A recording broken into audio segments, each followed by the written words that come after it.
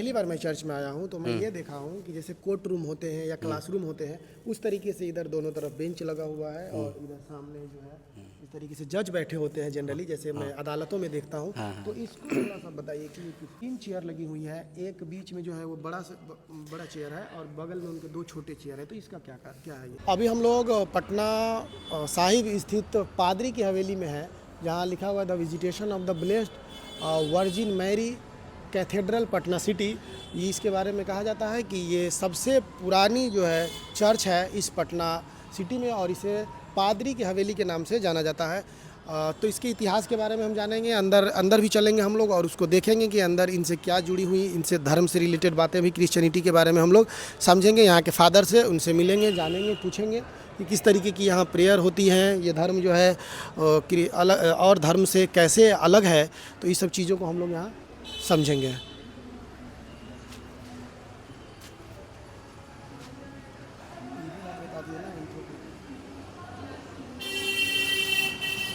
अभी हम लोग पादरी की हवेली में हैं, जो कि पटना में स्थित है, पटना साहिब में। इसकी शुरुआत जो है 1713 में हुई थी, जब रोमन कैथोलिक मिशनरी पटना पहुंचे थे। उस समय यहाँ एक छोटा सा गिरजाघर बनाया गया था, जो बिहार में ईसाई धर्म के फैलाव को लेकर प्रमुख केंद्र बना था। फिर 1763 और 64 में ब्रिटिश इंडिया कंपनी और नवाब मीर कासिम के संघर्ष के दौरान यह काफ़ी चर्चा में रहा और ये क्षतिग्रस्त भी हो गया था। बाद में 1772 में इसका पुनर्निर्माण और विस्तार किया गया। इस नए भवन की जो डिज़ाइन आप देख रहे हैं, इसको वीनस इटली के वास्तुकार टायरिटू ने किया है। इस वास्तुकला में यूरोपीय शैली में मेहराब, बड़े दरवाजे, खिड़कियाँ और ऊंचा घंटा घर अभी हम आपको दिखाएंगे। घंटा घर भी वहाँ शामिल है। और चर्च की मैं आपको लंबाई बता दूं तो चर्च की लंबाई लगभग 70 फीट और चौड़ाई जो है 40 फीट और 50 फीट इसकी ऊंचाई है चर्च की। अंदर की लकड़ी की जो आप नक्काशी देख रहे हैं, ये पुरानी पेंटिंग और प्राचीन वेदी अल्टर आज भी ऐतिहासिक पहचान है। आप ऊपर जो देख रहे हैं, ये लकड़ी की बनी हुई है, ये कोई छत नहीं है, ये लकड़ी से इस तरीके से डिजाइन है। यहाँ पर आप अभी मैं आपको बाहर ले चलूँगा तो वहाँ दिखाऊंगा कि एक घंटी है, वहाँ बड़ा सा एक बेल रखा हुआ है। और आपको बता दें कि साथ ही साथ 1763 में युद्ध में नवाब मीर कासिम की सेना और अंग्रेज़ के बीच में संघर्ष के दौरान चर्च को बहुत नुकसान हुआ। फिर आप जानते हैं कि स्वतंत्रता संग्राम, जिसे प्रथम स्वतंत्रता संग्राम भी कहा जाता है, 1857 के दौरान में चर्च पर असर पड़ा, लेकिन बाद में इसकी मरम्मत की गई और आप ये पटना का सबसे पुराना चर्च है। ये मदर टेरेसा से भी ये चर्च, यहाँ मदर टेरेसा आई थी 1948 में, तब यहाँ पर इस परिसर में आपको मैं वो भी दिखाऊंगा कि मदर टेरेसा जी यहाँ पर लगभग 3-4 महीना समय बिताई थी। मदर टेरेसा भी क्रिश्चियनिटी को बिलीव करती थी, क्रिश्चियन धर्म को मानती थी। अभी मैं आपको जो ये क्रिश्चियनिटी धर्म और साथ ही साथ ज्यूस और इस्लाम तीनों की ओरिजिन और तीनों से जुड़ी हुई इतिहास में भी बताऊंगा कि ये तीनों जो है मोनोथीसिज्म, मतलब सिंगल गॉड में विश्वास करते हैं। तीनों का मानना है कि एक ही ईश्वर है और दूसरे ईश्वर नहीं है। इन तीनों धर्म को अब्राहमिक रिलीजन भी कहा जाता है। और साथ ही साथ मैं आपको ये भी बता दूं कि कुछ मुख्य डिफरेंसेस आपको बता दे रहा हूँ। मुख्य डिफरेंस ये है कि अंतिम पैगंबर में मुस्लिम समुदाय जो है बिलीव करते हैं कि अंतिम पैगंबर प्रोफेट मोहम्मद सल्लल्लाहु अलैहि वसल्लम है और ईसा मसीह को अपना पैगंबर मानते हैं। और इनकी बात करो क्रिश्चियनिटी की, तो क्रिश्चियनिटी मानते हैं कि जो ईसा मसीह हैं वो ईश्वर के पुत्र हैं। ईश्वर के पुत्र हैं क्योंकि ये जिन माँ से जन्म इनका जो हुआ था, मैरी से उनकी शादी नहीं हुई थी, अविवाहिता थी। उस दौरान जो है इनका जन्म हुआ था, तो इसीलिए ये ईश्वर के पुत्र मानते हैं कि कोई कुंवारी का कैसे जन्म बच्चा ले सकता है, तो ईश्वर के पुत्र मानते हैं। साथ ही साथ जी, गुड मॉर्निंग सर। हाँ, गुड मॉर्निंग। हाँ sir, please explain something about this hall. ये चर्च 1717 ईस्वी में बनाया गया था और यह बहुत पुराना है। इस बिहार का सबसे पुराना और सबसे पहला चर्च है और यहाँ पे ख्रिस्त विश्वास का जो प्रारंभ हुआ, बहुत सारे लोग क्रिश्चियनिटी में विश्वास करते हुए उन्होंने अपना विश्वास को बढ़ाया और यहाँ का जो भी यहाँ फादर थे, यहाँ के बिशप थे, बिशप हार्टमन, जो इस चर्च को बनवाए। और यह बहुत पुराना है और हम लोग विश्वास करते हैं कि प्रभु यीशु ख्रिस्त इस संसार में आए लोगों की मुक्ति के लिए। ऐसा कहा जाता है कि जब उनको उनको फांसी एक तरीके से जब दे दिया गया तो 3 दिन के बाद उनकी पुनर्जन्म हो जाती है, तो इसके बारे में आप तो उसको कुछ कारणवश उसको क्रूस पर लटकाया जाता है, उसका फिर उसको दफनाया जाता है। उसका 3 दिन के बाद में फिर से वे पुनर्जीवित हो जाते हैं और उन अपने शिष्यों को, उनके चेलों को फिर से वे दर्शन देते हैं और प्रमाणित करते हैं कि वे जीवित थे। अच्छा, साथ ही साथ एक बात ये कि पूरी दुनिया में मैं देख रहा था तो लगभग 29% क्रिश्चियनिटी हैं, जो कि बहुत ज़्यादा है। हर तीसरा चौथा आदमी क्रिश्चियन है। लेकिन अगर ये संख्या बिहार में देखी जाए तो बिहार में क्रिश्चियनिटी जो है बहुत ही कम है। इसका क्या कारण है? बिहार में इसका मुख्य कारण है कि यहाँ पे लोग ज़्यादातर उतना क्या बोलेंगे इसको, एजुकेटेड, यहाँ पर उतना ज़्यादा लोग विश्वास नहीं कर पाए, कारण कि यहाँ पर पहले से बहुत सारे हिंदुइज्म था और जो भी था, तो जो भी यहाँ का जो मेन कारण था, यहाँ पर लोग बहुत ही कम लोग विश्वास करते हैं। और लेकिन फिर भी से यहाँ पे हम लोग का संख्या है तो ज़्यादा में उतना नहीं है। आपको मैं बता दूं कि बिहार से मुजफ्फरपुर से सांसद रहे जॉर्ज फर्नांडिस साहब क्रिश्चियनिटी को मानते थे, क्रिश्चियन धर्म को मानते थे, और वो केंद्र सरकार में, भारत सरकार में डिफेंस मिनिस्टर भी रहे, और वो समता पार्टी के ही लंबे समय तक वो उस पार्टी में रहे। तो जॉर्ज फर्नांडिस जो है क्रिश्चियनिटी से, बिहार की मैं बात कर रहा हूँ।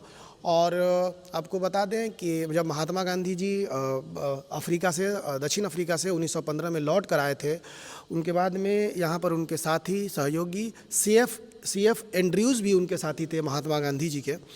और साथ ही साथ मैं आपको वो भी दिखाऊंगा कि बगल में, इसी के जस्ट बगल में है, आपको ले चलेंगे वहाँ, दिखाएंगे कि मदर टेरेसा जब आई थी तो 3 महीना तक लगभग यहाँ रही थी। साथ ही साथ 3 चेयर लगी हुई है, एक बीच में जो है वो बड़ा चेयर है और बगल में उनके 2 छोटे चेयर है। तो इसका क्या है ये? उसका कारण कुछ नहीं है, मैंने जो उसका जो मेन सेलिब्रेंट रहते हैं ना, जो मेन हम लोग का जो मिस्सा बलिदान चढ़ाया जाता है, तो उसमें जो मेन सेलिब्रेंट रहते हैं वहाँ पे बैठते हैं। उसके सहयोगी जो रहते हैं, 2 फादर लग जाते हैं, जो भी जितने भी फादर लोग रहते हैं वो लोग बगल वाले सीट में बैठते हैं। तो उसका कारण यही है कि वे थोड़ा सा माने उसका मेन, उस दिन का वो मेन संचालक रहते हैं प्रार्थना का, इसीलिए उनको वहाँ पे उस चेयर पर बैठाया जाता है। लिखा है कि मैं जीवन की ज्योति हूँ, तो ये क्या है? ये प्रभु यीशु ख्रिस्त ने जब अपने जीवन में थे तो उन्होंने कहा था कि मैं जीवन की ज्योति मैं हूँ।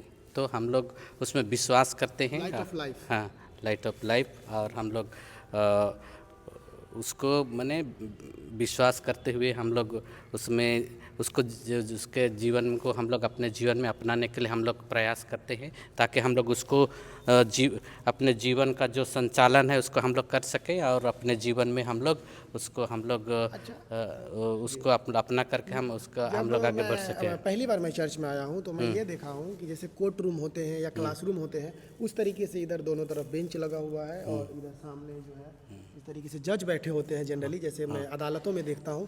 तो इसको थोड़ा सा बताइए कि किस तरीके से इसमें कोई इधर जो भी है, इसे पब्लिक के लिए जो भी विश्वासी लोग हैं वो लोग यहाँ पे बेंच में बैठते हैं, और जो मेन जो उनके प्रार्थना का संचालन करते हैं, जो फादर लोग रहते हैं, वो लोग वहाँ पर बैठते हैं। और वहाँ जो सामने है वहाँ पे एक वेदी है, वहाँ पे हम लोग ब्लेसेड सैक्रामेंट को रखते हैं। वहाँ पे अंदर में एक बॉक्स है, उसमें हम लोग सैक्रामेंट को रखते हैं, और हम लोग उसी सैक्रामेंट को हम लोग रोटी और दाखरस के रूप में हम लोग ग्रहण करते हैं। अच्छा, एक बात ये कि ईसा मसीह की फोटो है। जी हाँ। तो ये भी मानते थे ईश्वर एक है, तो आप इनको मानते हैं कि ये ईश्वर के पुत्र हाँ, ईश्वर के पुत्र थे। वो नहीं बोले कि हम ईश्वर हैं, लेकिन ईश्वर के द्वारा भेजे गए एक मसीहा थे, जिसके द्वारा हम लोग उसके पद चिन्ह पर चल के हम लोग ईश्वर के पास हम लोग पहुंच सकते हैं, चाहे जा सकते हैं, यही हम लोग का विश्वास है। ये दो हाथ उंगली दिखा रहे हैं, इस इमेज से क्या उसमें कुछ नहीं है, वो क्या है कि कर वो ईश्वर का मैंने आशीर्वाद दे रहे हैं लोगों को, बस उतना ही। हाँ जी। तो जनरली मैं देखता हूँ तस्वीर में आशीर्वाद जो है इस प्रकार से दिया जाता है। वो उसमें केवल उसको वैसे बनाया गया है उसमें जी। हाँ और साथ ही साथ जो है मैं मैरी को देख रहा हूँ, इनकी माता जो थी, जो अविवाहिता होते हुए भी इनको जन्म देती, इसीलिए जो क्रिश्चियनिटी को मानते हैं उनका ऐसा है कि ईश्वर के पुत्र है। हाँ जी। क्योंकि इनके बारे में कुरान में पाक में भी लिखा गया है कि मरियम करके जिक्र है, तो उसमें उनको एक क्या कहते हैं इसको, करिश्माई के तौर पे उसमें लिखा गया है कि तो करिश्मा। उसमें कहा गया था कि मरियम जो एक अविवाहित होकर के एक वो ईश्वर के पुत्र को वो जन्म देगी ना, तो उसमें ईश्वर के पुत्र को कंसेप्ट नहीं है, क्योंकि उसमें लिखा हुआ है कि ईश्वर का जो अल्लाह जिसे कहा जाता है, मतलब कि अल्लाह का ना तो कोई अल्लाह तो ना अल्लाह बच्चा, तो बाद में, अल्लाह के बाद में ही, अल्लाह तो बाद में आया ना। मतलब बाद में नहीं है, जो वन हम गॉड की बात करते हैं तो ये अल्लाह के ही पैगंबर इनको कहा गया है, प्रॉफिट को ही इनको प्रॉफिट माना गया है। हाँ, ये एक प्रकार से प्रॉफिट ही है, लेकिन उसके पद चिन्ह पर चल करके हम लोग जो हैं, हम लोग क्या बोलते हैं, स्वर्ग जा सकते हैं, ऐसे हम लोग का विश्वास है। अच्छा, एक बात और कि मैरी को मैं देख रहा हूँ, वो अपने हाथों में बाइबल रखी हुई है, तो मुझे लगता है कि बाइबल तो पहले बाद में आया था ना, ईसा पर। मैंने उससे मैंने बाइबल का कहने का मतलब, बाइबल ईसा मसीह की बात हो तो उसको नया व्यवस्थान कहा जाता है। नया व्यवस्थान से पहले और भी कुछ तोराह थे जो यहूदी जिसे ज्यूस कहते हैं, पहले तोराह थे। हाँ, तो पहले ये लोग भी पहले ईसा मसीह जो भी कि ज्यूस क्या बोलते हैं फैमिली से बिलोंग करते थे, लेकिन वहाँ पे बहुत सारे जो प्रॉब्लम थे, समस्या थे, उनको दूर करने के लिए, उसको ये करने के लिए उन्होंने इसका अपने आप को एक प्रॉफिट के रूप में आपको अपने आप को दर्शाया। उसके बाद में लोग इसको जो भी इसके विषय में जो भी पालन किया, करने शुरू किया, वो लोग क्रिश्चियनिटी कहलाए। क्रिश्चियनिटी कहलाए। अब मैं इस तस्वीर में यहाँ देख रहा हूँ कि मैरी जो है एक हाथ में ईसा मसीह को रखी हुई है और दूसरे हाथ में डंडा रखी हुई है, तो ये तस्वीर क्या दर्शाता है? ये यही दर्शाता है कि ये एक माँ का रूप है, जो कि अपने बच्चों को अपने शरण में ले करके जो भी है उसको वैसे ही उसको वैसे दर्शाया गया है। ये हाथ में डंडा का क्या मतलब है? हाथ में डंडा का मतलब कि यही है कि वो जो भी है अपने हथेली में जो भी अपने शरण में ले सकती है, उस वैसे ही है। और साथ ही साथ मैं इधर मेन फ्रंट में ये ईसा मसीह को क्रूज पर चढ़ाया गया था, उसी का ये एक हाँ जी जी ये है। और अभी आज जो है नवंबर का महीना ख़त्म होने वाला है, तो अब दिसंबर आएगा। 25 दिसंबर को ईसा मसीह का जन्म दिवस के रूप में मनाया जाता है पूरी दुनिया में, तो उसके बारे में थोड़ा सा। तो 25 दिसंबर को हम लोग यही विश्वास करते हैं कि 25 दिसंबर के दिन में ईसा मसीह का जन्म हुआ था बेथलेहम नगर में, और वहाँ पे सबसे पहले उस ज़माने का क्या बोलते हैं जनगणना होने वाला था, और उस समय लोग गए हुए थे, और वहाँ पे वहाँ पे वो लोग गया था, और वहाँ पे उनको बहुत सारे लोग गए हुए थे, उनको जगह भी नहीं मिलता, जिसके कारण से उसको गौशाला में जन्म लेना पड़ता है।